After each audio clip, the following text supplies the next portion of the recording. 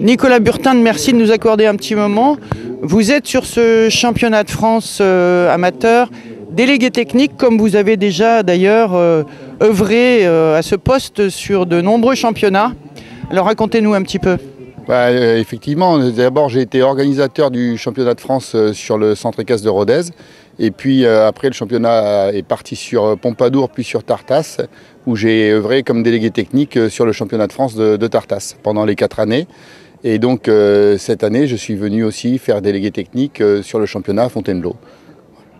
Alors en quoi consiste votre rôle ?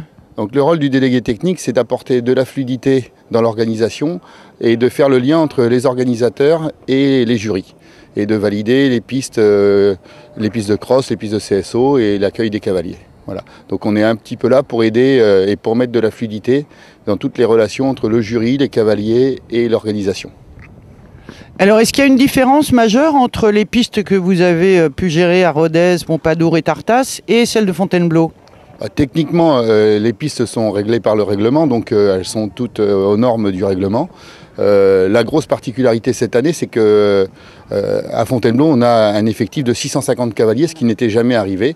Et donc, le site de Fontainebleau nous permet d'accueillir ces 650 cavaliers dans de bonnes conditions techniques et avec des terrains très jolis comme le petit parquet, et puis une piste de cross que Mathieu Grasset a réalisée, qui a l'air d'une très grande qualité.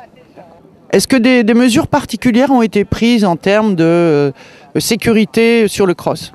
Alors pour arriver à sécuriser le mieux possible le cross, on a mis des obstacles équipés de MIMS sur certaines combinaisons sur les épreuves amateur 1 et amateur élite. Alors le MIMS, la particularité du MIMS, c'est un obstacle qui peut, s'il est percuté par le cheval, qui va tomber. Voilà.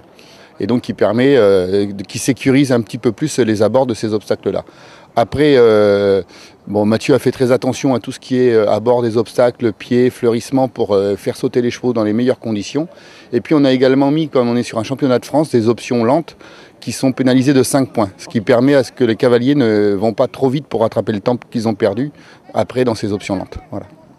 Merci beaucoup en tout cas et bon courage pour ces 5 jours de compétition. Merci à vous, bonne journée.